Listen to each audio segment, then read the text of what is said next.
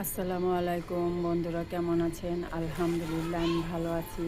আমি আজকে একটু চিড়া দিয়ে মোয়া বানাবো, তাই এখানে কিছুটা চিড়া নিয়েছি। এই চিড়াটা বড় বড় এটা ভেজে নিব, কাঠখোলায় ভেজে নিব, কোনো তেল বা বালুতে না। আর এখানে কিছুটা বাদাম গুঁড়ো করে দিয়ে দিব। অল্প কিছুই বাদাম নিয়েছি গুড়। এখন আমি কড়াইতে আগে বাদামটা ভেজে নিব। বাদামটা ভেজে হালকা আঁচে ভাজতে হবে। বাদামটা ভেজে নামিয়ে নিব। দেখুন বাদামটা হয়ে গেছে, নামিয়ে নিলাম। এখন চিড়াগুলো ভেজে নিব। চিড়াগুলো অল্প অল্প করে দিয়ে ভাজবো, যাতে অল্প আঁচে ভাজবো যাতে মশমশা হয়। দেখুন চিড়াটা কিন্তু ভাজা হয়ে গেছে। আর বড় বড় চিড়া ভাজার পর কিন্তু ছোট ছোট হয়ে গেছে। এখন এই চিড়াটা নামিয়ে নেব। আর সবগুলো চিড়াই এভাবে ভেজে নেব। দেখুন চিড়াগুলো সব ভাজা হয়ে গেছে। আর এখানে কড়াইতে আমি গুড়গুলো দিয়ে দিলাম।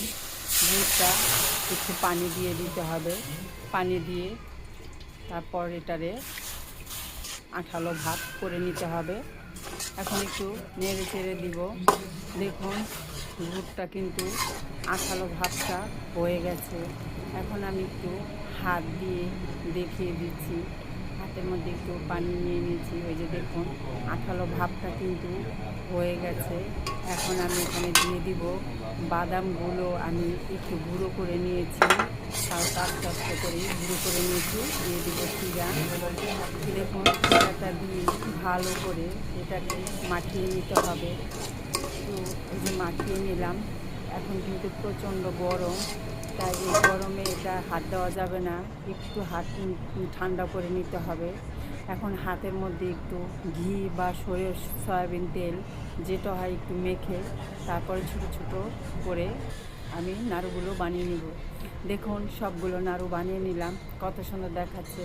বন্ধুরা কেমন হয়েছে? ভিডিওটা ভালো লাগলে একটা লাইক, শেয়ার, কমেন্ট করবেন, কমেন্ট করে জানাবেন। এবং ভিডিওটি সম্পূর্ণভাবে দেখে আমার চ্যানেলটি সাবস্ক্রাইব করে দিবেন, পাশে থাকবেন। আল্লাহ হাফিজ।